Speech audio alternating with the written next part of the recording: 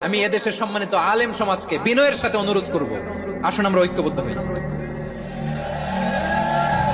আজকের এই পেকুয়ার ঐতিহাসিক তাফসীরুল কোরআনের প্রোগ্রাম থেকে আমি সম্মানিত আমার মাথার তাজ ওলামাদেরকে জাতীয় ঐক্যের আহ্বান জানাই। সম্মানিত উলামায়ে কেরাম, আল্লাহর তাওহীদের দিকে ডাক দেন, আল্লাহর দেওয়া ব্যবস্থা গ্রহণ করার তাৎপর্য বুঝান।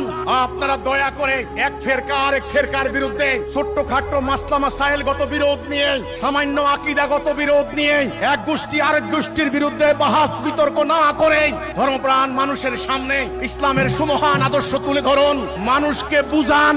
আল্লাহ দেওয়া কোরআনের আইন না মানলে মানুষের ঈমান থাকে না।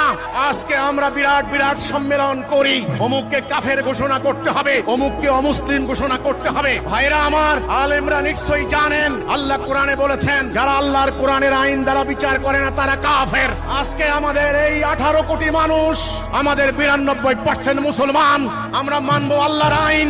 আমাদের আদালতে বিচার হবে আল্লাহর আইনে। আমাদের অর্থনীতিতে সুদ থাকবে না, সেখানে আমরা আল্লাহর হুকুম মানতে পারছি না।